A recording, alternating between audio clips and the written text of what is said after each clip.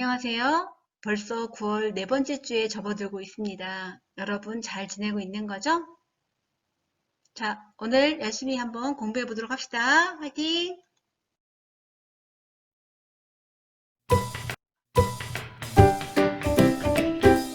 자, 수업 준비 다 되었나요?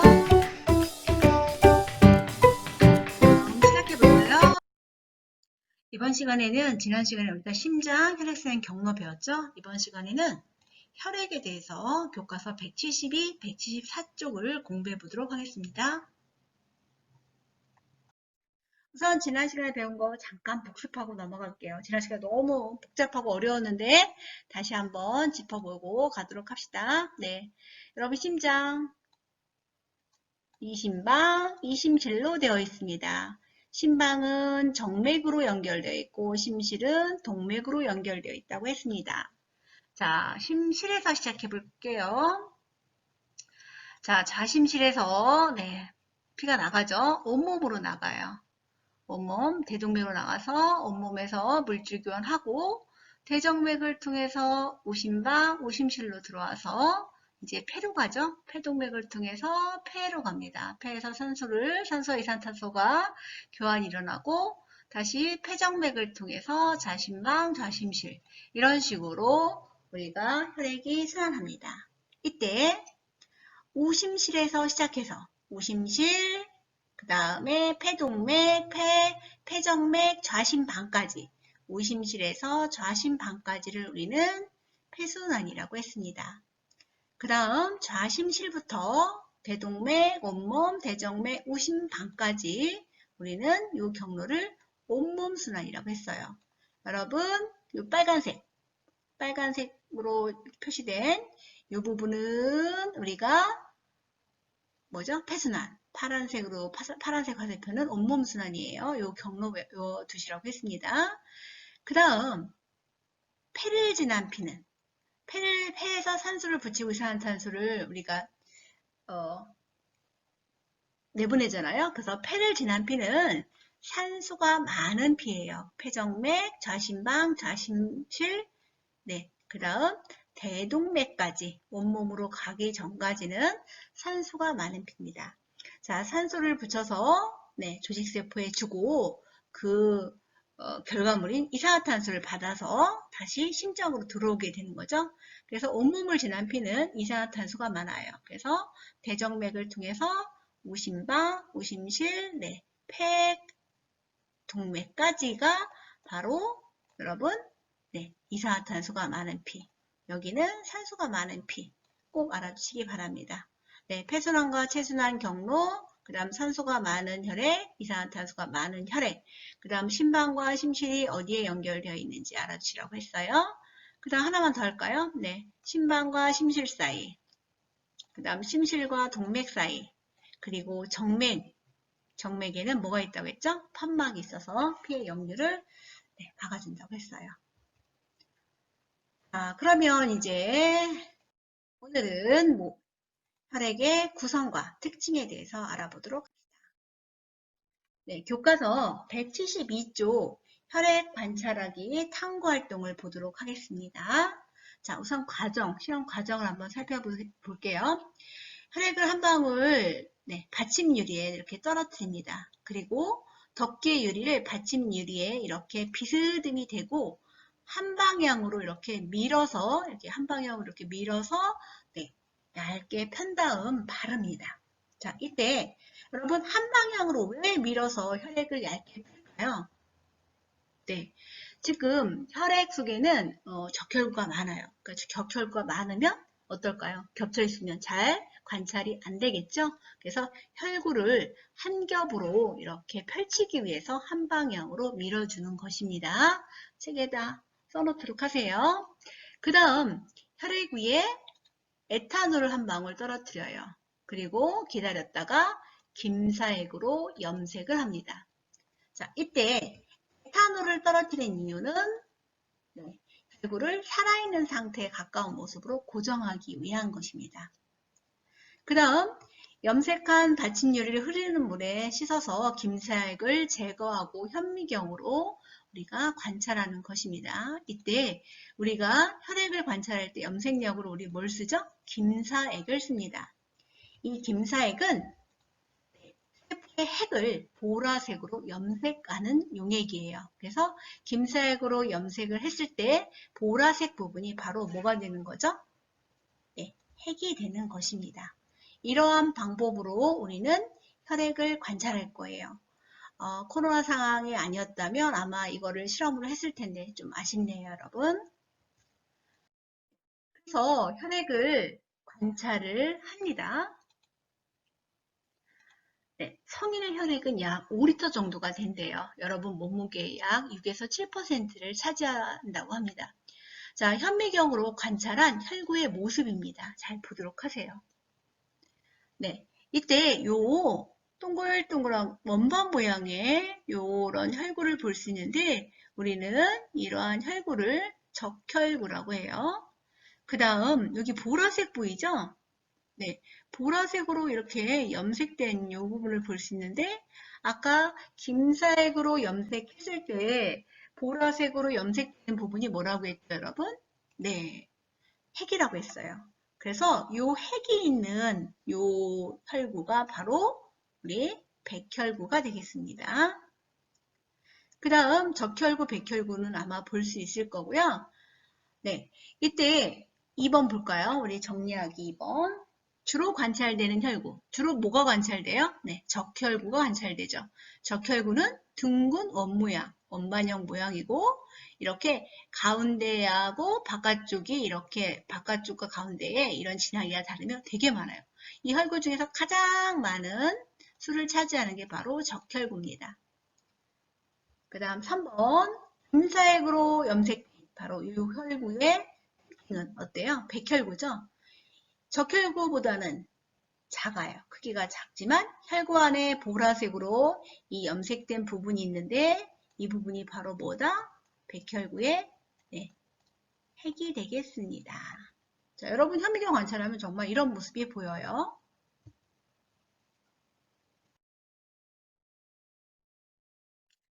네, 그럼 탐구 내용을 바탕으로 혈액의 구성에 대해서 자세히 공부해 보도록 합시다. 우선 혈액은 세포 성분인 혈구와 액체 성분인 혈장으로 나뉩니다. 이때 혈구는 45%, 혈장은 55%를 차지한다고 해요. 이거는 혈액의 성분 모습이고요. 구성 성분 모습이고요. 자, 이때 혈구는 모양과 기능에 따라서 적혈구, 백혈구, 혈수판으로 나뉜다고 해요. 그리고 혈장은 액체 성분이고요. 대부분 물로 구성되어 있다고 해요. 자, 요거 그림을 좀 더 혈구 그림을 자세히 보도록 하겠습니다. 이때 요게 가장 많이 보이는 요 둥근 원반형, 오목한 둥근, 가운데가 오목한 둥근 원반형의 모습을 하고 있는 게 뭐라고 했죠, 여러분? 네, 적혈구가 되겠습니다. 그 다음 김사액에 의해서 이렇게 보라색으로 변한 부분이 핵인데요. 이 핵을 가지고 있는 것이 바로 백혈구입니다. 백혈구.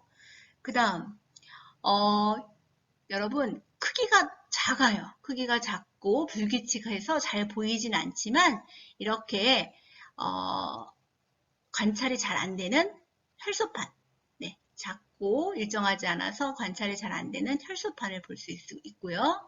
그리고 바탕이 바로 액체인 혈장이 되는 것입니다. 그래서 여러분 모습도 여러분 알아두셔야 돼요. 네, 적혈구, 그 다음 백혈구, 그 다음 요거 작은 혈소판, 그리고 이 바탕을 이루고 있는 요 액체 성분을 뭐라고 한다고요? 혈장이라고 합니다. 자, 그럼 질문을 한번 해보도록 할게요. 이 혈구 중에서 적혈구, 백혈구, 혈소판 중에서 수가 가장 많은 건 뭘까요, 여러분? 네, 뭐죠? 적혈구예요. 그 다음 뭘 것 같아요? 그 다음은 혈소판, 그 다음 백혈구 순입니다.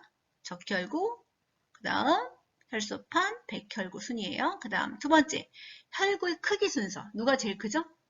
백혈구죠. 그 다음 적혈구, 혈소판. 이런 순서로 네, 크기가 나뉘어져 있죠. 자, 그렇다면 이것도 중요하니까 꼭 체크하도록 하세요. 자, 그렇다면 이제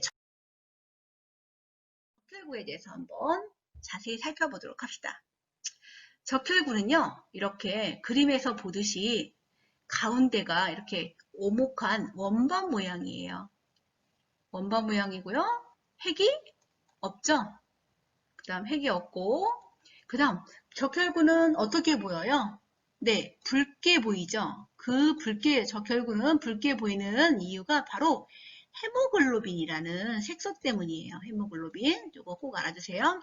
이 헤모글로빈은 어떤 특징이 있냐면 산소가 많은 곳에서는 헤모글로빈에 산소를 붙여요. 그리고 산소가 적은 곳에서는 그 산소가 떨어져서 다른 곳에 이렇게 주는 역할을 해주는 것이 바로 헤모글로빈이에요. 근데 이 헤모글로빈 많이 들어봤을 거예요. 네, 이 헤모글로빈이 부족하면 빈혈이 생긴다고 해요. 그렇다면 이 적혈구 안에는 헤모글로빈이라는 붉은 색소가 있고 그 헤모글로빈에 바로 산소를 붙이고 떼는 역할을 하기 때문에 적혈구의 가장 중요한 기능은 바로 산소를 운반한다는 거. 그리고 헤모글로빈이 있다는 거. 원반 모양이고 핵이 없다는 거. 여러분 체크해 주시기 바랍니다. 적혈구예요. 그 다음 백혈구입니다. 여러분 백혈구 많이 들어봤을 거예요. 우리 몸에 바이러스나 세균이나 이물질이 들어가면 백혈구 숫자가 증가를 합니다. 그래서 몸의 상태에 따라서 백혈구 수가 변하기 때문에 병의 진단에 사용하는 것이 바로 백혈구 수를 우리가 많이 따져요. 자, 백혈구는 네, 모양이 불규칙해요. 수시로 모양이 변한다고 해요. 그리고 적혈구보다는 어때요? 숫자가 적고 크기는 커요. 그리고 얘의 가장 큰 특징은 뭐죠? 핵이 있어요. 아까 김사에게에서 불규칙한 모양의 핵이 염색이 됐죠? 그리고 세균이나 바이러스 침입하면 이 개수가 증가해서 염증 반응을 일으킨다고 해요. 그러면 세균이 침입했으니까 그것을 잡아먹는 역할, 식균 작용을 하는 것이 바로 백혈구의 가장 큰 기능이라고 할 수 있겠습니다. 식균 작용 꼭 알아두시기 바랍니다, 여러분. 자, 백혈구 수치가 높으면 주의해야 될 필요성이 있는 병이 바로 백혈병이라는 것이에요. 백혈구 식균 작용, 핵이 있다는 거 알아두시기 바랍니다.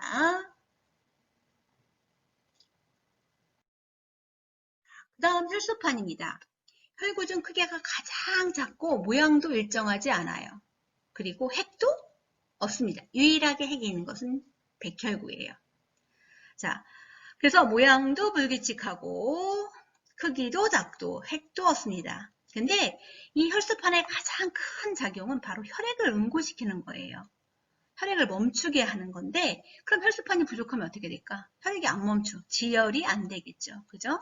네. 그래서 혈액 응고 작용이 바로 혈소판의 가장 큰 기능이라는 거 알아두시기 바랍니다. 그 다음 액체 성분인 혈장입니다. 혈장은 주로 대부분 물로 구성되어 있다고 했어요. 그리고 우리가 영양소, 이산화탄소, 노폐물, 영양소, 이산화탄소, 노폐물을 운반해요. 그럼 산소는 누가 운반하죠? 네, 아까 배웠죠? 산소는 적혈구가 운반하고 이산화탄소와 노폐물과 영양소는 액체 성분인 혈장이 운반을 하는 것이에요. 나중에 한번 다시 할 거예요, 공부.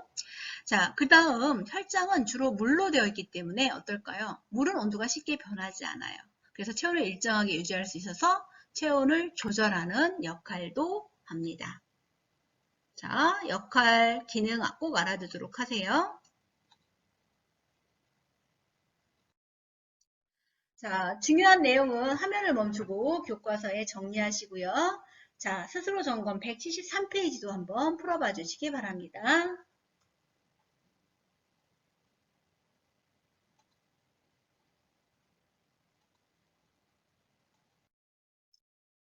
같이 한번 풀어보도록 합시다. 1번 혈관중 동맥에는 심장에서 나가는 혈액이 흐르고 정맥에는 심장으로 들어오는 혈액이 흐른다고 했죠. 혈액은 액체 성분인 혈장과 세포 성분인 혈구로 이루어졌는데 혈구는 모양과 기능에 따라 어떻게 나누죠? 적혈구, 백혈구, 혈소판으로 나눈다고 했어요. 이 중에서 핵이 있는 것은 백혈구가 핵이 있다고 했고요. 그 다음 숫자가 제일 많은 것은 뭐랬죠? 적혈구고, 그 다음 이들의 기능은, 적혈구는 산소 운반, 백혈구는 식균작용, 혈소판은 뭐라고 했죠? 혈액응고, 혈장은 노폐물, 이산화탄소, 그 다음 영양소의 운반이라고 했습니다. 꼭 암기해 주시기 바랍니다. 교과서 174쪽을 한번 봐주시기 바랍니다. 여러분, 심장은 온몸으로 혈액을 순환시켜 조직세포로 산소가 운반되도록 한다고 했습니다. 그렇다면 만약에 심장 박동이 멈추면 어떻게 될까요? 그렇죠? 혈액순환이 중단되겠죠? 그래서 뇌와 같은 중요한 기관은 산소가 공급이 안 되니까 영구적인 손상을 입을 수도 있을 겁니다. 자, 심장이 정지한 시간이 길어지면 소중한 생명을 잃을 수도 있다고 해요.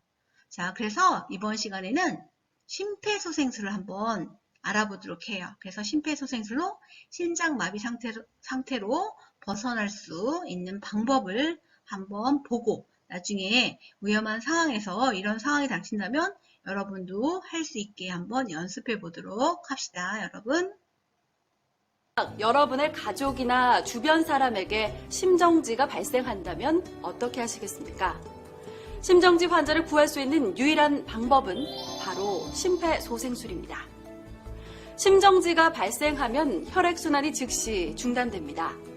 심폐소생술은 정지된 심장을 대신하여 심장과 뇌에 산소가 포함된 혈액을 공급해주는 아주 중요한 응급처치입니다. 심정지 발생부터 가능한 빨리, 늦어도 5분 이내에 심폐소생술이 시작돼야 생존 가능성이 높아집니다. 자, 지금부터 5분의 기적, 심폐소생술에 대해 배워보겠습니다. 쓰러진 사람을 발견한다면 가장 먼저 심폐소생술이 필요한 상태인지 알아봐야 합니다.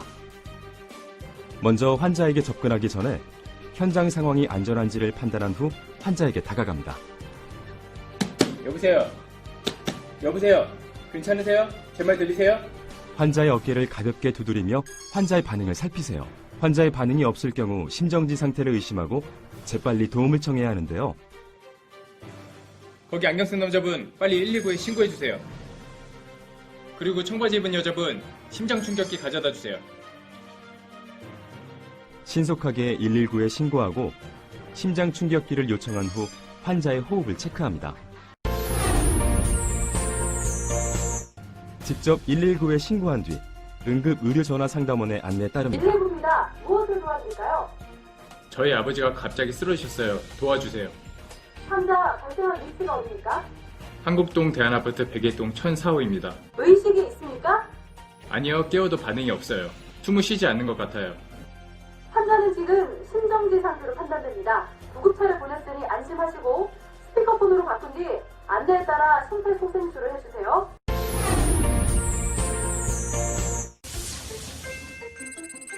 우선 환자를 편평한 바닥에 눕힌 뒤 환자의 가슴 옆에 무릎을 꿇고 앉습니다. 환자의 윗옷을 벗겨 가슴을 드러내 정확한 가슴 압박 위치를 확인합니다. 가슴뼈 아래쪽 2분의 1 지점 부분에 손목과 손의 경계선 바로 윗부분, 즉 손바닥에 두툼한 부위를 댑니다. 쉽게 이해하기 위해 이 부위를 손꿈치라고 하겠습니다. 가슴뼈 아래쪽 2분의 1 지점 부분에 손꿈치를 놓고 그 위에 다른 손을 포갠 뒤 손가락은 깍지를 껴서 환자의 가슴에 손꿈치만 닿도록 합니다. 그리고 팔꿈치를 곧게 펴 어깨와 팔꿈치, 손꿈치가 수직이 되게 합니다. 환자의 가슴을 약 5cm 깊이로 수직으로 누릅니다. 최대 6cm를 넘지 않도록 합니다. 압박 후에는 가슴이 원래의 위치로 올라오도록 힘을 완전히 빼줘야 합니다. 이렇게 분당 100에서 120회의 속도로 30회 반복합니다. 지금까지 여러분이 배운 가슴 압박 소생술만으로도 생존율이 2배 이상 증가되며 심장 충격기를 사용할 경우 4배까지 생존율이 증가될 수 있습니다. 심장 충격기는 심정지 환자에게 붙여놓으면 환자의 심장 상태를 자동으로 분석하고 필요에 따라 전기 충격을 줘서 심장을 다시 뛰게 하는 의료기기입니다. 지금부터 심장 충격기 사용 방법을 조금 더 자세히 안내해드리겠습니다. 함께 보시죠. 열하나, 열둘, 열세, 열네, 심장 충격기 가져왔습니다. 가슴 아파 할 줄 아세요? 심장 충격기가 도착하면 119 구급대원들이 도착할 때까지 심폐소생술이 중단되는 시간을 최소화하기 위해 주위 사람에게 심폐소생술을 요청하는 것이 좋습니다. 가져온 심장 충격기의 덮개를 열고 기계에 전원을 켭니다. 기계에 따라서 덮개를 열면 자동으로 전원이 켜지는 것도 있습니다. 전원을 켠 후에는 기계의 음성 지시에 따르면 됩니다. 패드를 부착하세요. 패드에 붙일 위치가 그려져 있습니다. 그림대로 하나는 오른쪽 빗장뼈 아래에, 다른 하나는 왼쪽 젖꼭지 아래에 붙입니다. 심폐소생술은 멈추지 마시고요. 그리고 음성 지시에 따르세요. 패드 커넥터를 AED에 연결하세요. 환자로부터 떨어지세요. 떨어지세요. 환자의 심장 리듬을 분석합니다. 제세동 필요합니다. 이때는 심폐소생술을 하는 사람은 물론이고 주위 사람들까지 모두 환자에게서 떨어지도록 해야 합니다. 분석이 끝나면 자동으로 충전이 됩니다. 충전 중. 이 시간 동안에도 심폐소생술을 멈추지 마세요. 환자로부터 떨어지세요. 깜빡이는 제세동 버튼을 누르세요. 환자와 접촉한 사람이 없는 것을 다시 한번 확인한 뒤에 제세동 버튼을 누르고요. 제세동이 실시되고 나면 즉시 심폐소생술을 다시 시작하세요. 만약 심폐소생술을 하는 사람이 힘들어한다면 교대로 번갈아 가면서 실시해 심폐소생술이 중단되지 않도록 해야 합니다. 심장 충격기가 재작동되는 2분마다 심폐소생술을 번갈아 가면서 진행하는 것이 가장 좋습니다. 구급대원이 올 때까지 멈추지 말고 반복합니다. 1분 1초가 중요한 순간 용기 있는 당신의 행동이 그들의 생명을 구할 수 있다는 것 꼭 명심하시고 어떤 상황이 닥친다고 해도 절대 자신을 의심하지 마세요. 자, 다음 시간에는 이제 순환은 여러분 이번 시간으로 끝났습니다. 다음 시간에는 호흡에 대해서 공부해 보도록 하겠습니다. 교과서 176부터 179쪽까지 공부하겠습니다. 자, 강의 끝나고요. 노트 필기 꼭 하도록 하세요. 네, 여러분 고생 많으셨습니다. 다음 시간에 만나요.